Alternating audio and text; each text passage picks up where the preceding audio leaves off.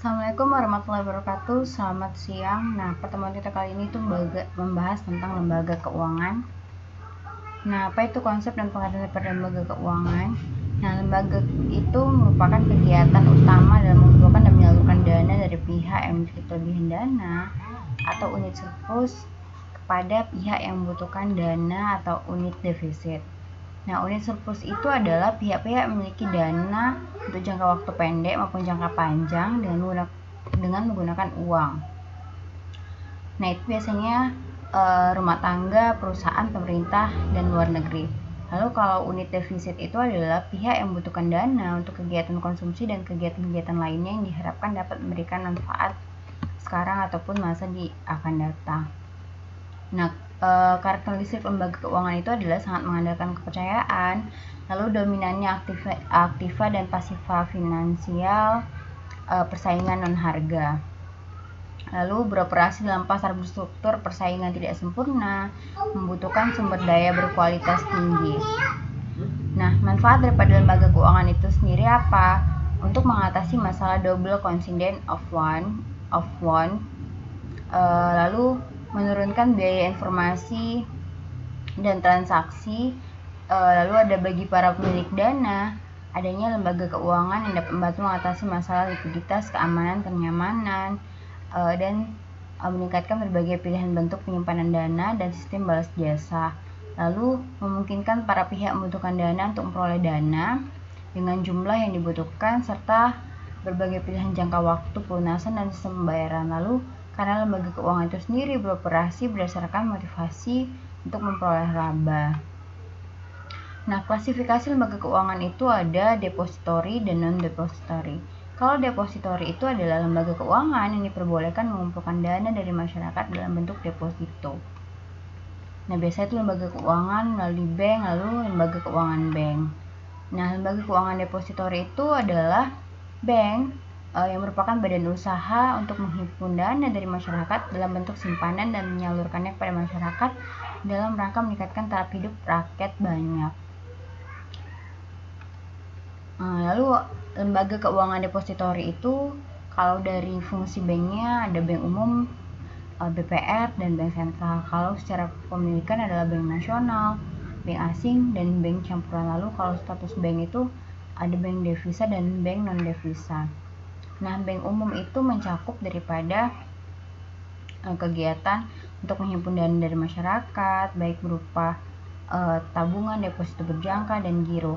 Kalau menyalurkan dana dari masyarakat dalam bentuk lending yang bersifat kredit investasi, kredit modal, dan kredit perdagangan. Lalu ada jasa-jasa seperti transfer, kiriman uang atau clearing, lalu ada letter of credit, dan menerima setoran-setoran melayani pembayaran lain.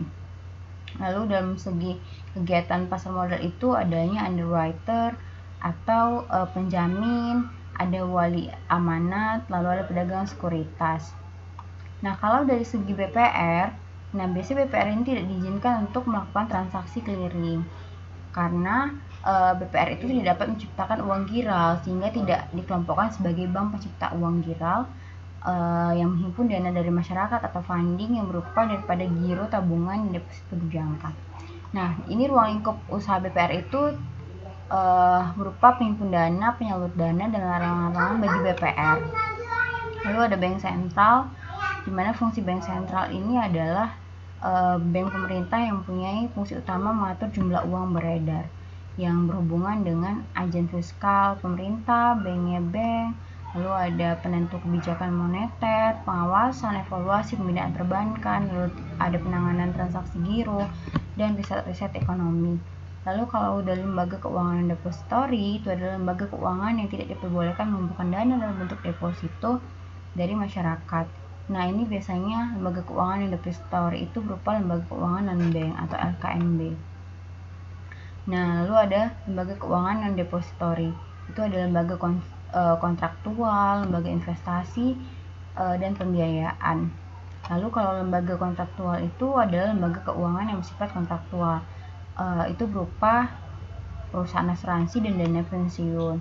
Nah, Dan asuransi itu merupakan sistem daripada individu individu dan perusahaan yang berkaitan dengan potensi risiko yang timbul dengan membayar premium kepada perusahaan asuransi, dan perusahaan asuransi itu akan membayarkannya kembali dalam bentuk klaim apabila terjadi sesuatu. Nah, kalau dana pensiun itu adalah badan hukum yang mengelola dan menjalankan program yang menjanjikan masyarakat untuk manfaat daripada pensiun itu sendiri. Nah, lembaga investasi itu adalah lembaga keuangan yang melakukan investasi di pasar uang dan pasar modal. Contohnya perusahaan sekuritas dan reksadana. Nah, kalau perusahaan sekuritas ini adalah perusahaan yang menjalankan satu atau beberapa kegiatan sebagai penjamin emisi efek atau perantara pedagang efek. Nah, kalau reksadana ini adalah kegiatan utamanya itu untuk melakukan investasi ataupun perdagangan efek. Nah, lalu ada lembaga pembiayaan. Lembaga pembiayaan ini adalah lembaga keuangan yang kegiatan utamanya itu adalah memberikan dukungan pembiayaan dalam bentuk dana ataupun barang modal. Contohnya itu adalah leasing, factoring, pembiayaan konsumen, kartu kredit, dan perdagangan sekuritas. Nah, lalu ada sewa guna usaha atau leasing. Nah, leasing ini adalah kegiatan di mana pembiayaan yang didasarkan pada perjanjian atau kesepakatan di mana satu pihak memperoleh hak untuk menggunakan satu aset dengan membayar sewa kepada pihak yang menyediakan selama periode yang telah disepakati bersama. Lalu kalau factoring itu adalah penjualan piutang usaha atau account receivable di mana suatu perusahaan itu kepada perusahaan lain yang akan mengambil alih tanggung jawab penagihnya. Dan perusahaan pembiayaan konsumen atau consumer finance company. Nah, ini merupakan badan usaha yang melakukan kegiatan pembiayaan untuk pengadaan barang berdasarkan kebutuhan konsumen dengan pembayaran angsuran atau berkala oleh konsumen ajak piutang atau factoring. Nah, kalau kartu kredit ini memang merupakan alat pembayaran dalam bentuk kartu plastik yang digunakan sebagai pengganti uang cash. Oke, sampai di sini pembahasan kita part 1-nya. Part 2-nya akan saya lanjut di slide berikutnya. Oke, terima kasih. Assalamualaikum warahmatullahi wabarakatuh. Selamat siang.